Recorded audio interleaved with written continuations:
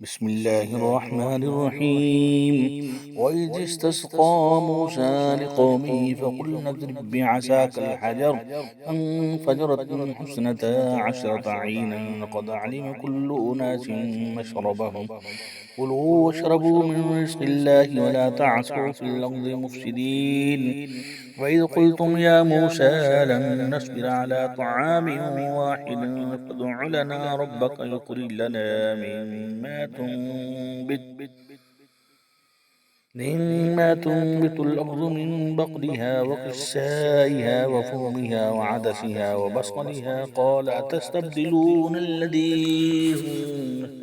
الذي هو أدنى بالذي هو خير اهبطوا مصرا فإن لكم ما سألتم وضربت عليهم الذلة والمسكنة وباءوا بغضب من الله ذلك بأنهم كانوا يكفرون بآيات الله ويقتلون النبيين بغير الحق ذلك بما عصوا وكانوا يعتدون.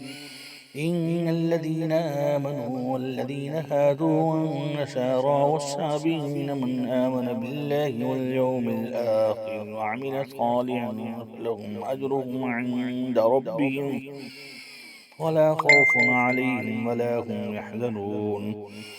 وإذ أخذ ميثاقكم ورفعنا فوقكم الطور خذوا ما آتيناكم بقوة واذكروا ما فيه لعلكم تتقون ثم توليتم من بعد ذلك فلولا فضل الله عليكم ورحمته لكنتم من الخاسرين.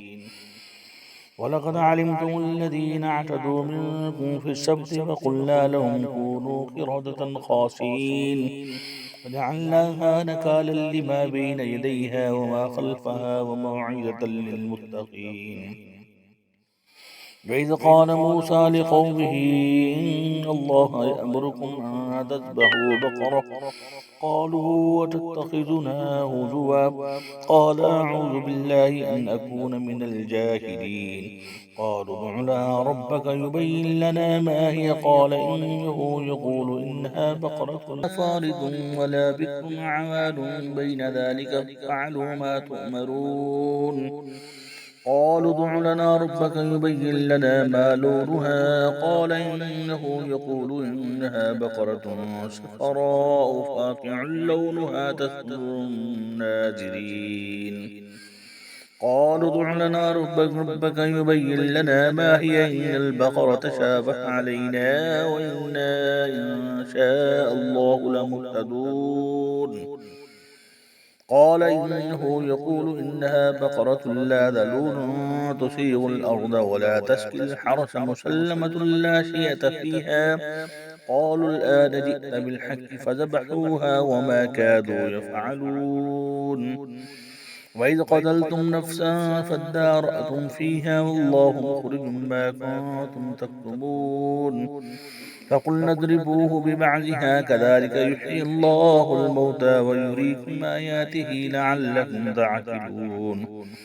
ثم قست قلوبكم من بعد ذلك فهي كالحجارة أو أشد قسوة وإن من الحجارة لما يتفجر منه الأنهار وإن منها لما يشقق فيخرج منه الماء وإن منها لما يهبط من خشية الله وما الله بغافل عما تعملون.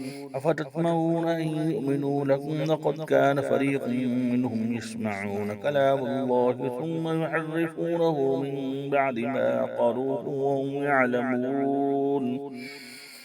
وإذا لقوا الذين آمنوا قالوا آمنا وإذا خلا بعضهم إلى بعض قالوا وتحدثونهم بما فتح الله عليكم ليحاجوكم به عند ربكم أفلا تعقلون.